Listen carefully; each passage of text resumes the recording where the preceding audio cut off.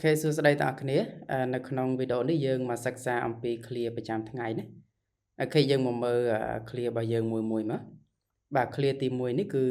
យើងអានថា wake up អូខេ wake up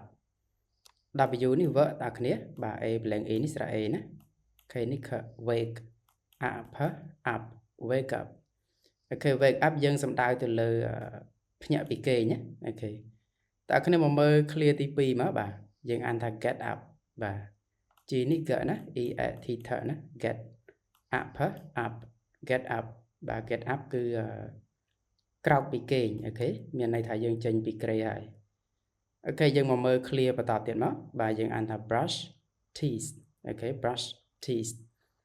គឺសំដៅទៅលើការដុសធ្មេញណាអូខេ brush teeth អូខេតើអ្នកគ្នាមកមើលឃ្លាចុងក្រោយបាទ have បាទ breakfast បាទ have breakfast មានន័យថាញ៉ាំអាហារពេលព្រឹកណាអូខេតើអ្នកគ្នានៅក្នុងវីដេអូនេះគឺយើងសិក្សាពីឃ្លាប្រចាំថ្ងៃបាទហើយឃ្លាទាំងអស់នេះគឺអ្នកគ្នាអាចយកទៅប្រើប្រាស់ប្រចាំថ្ងៃបានណាចំពោះបងប្អូនដែលចង់សិក្សាអាច comment ពាក្យថារៀននៅខាងក្រោមវីដេអូ Follow for more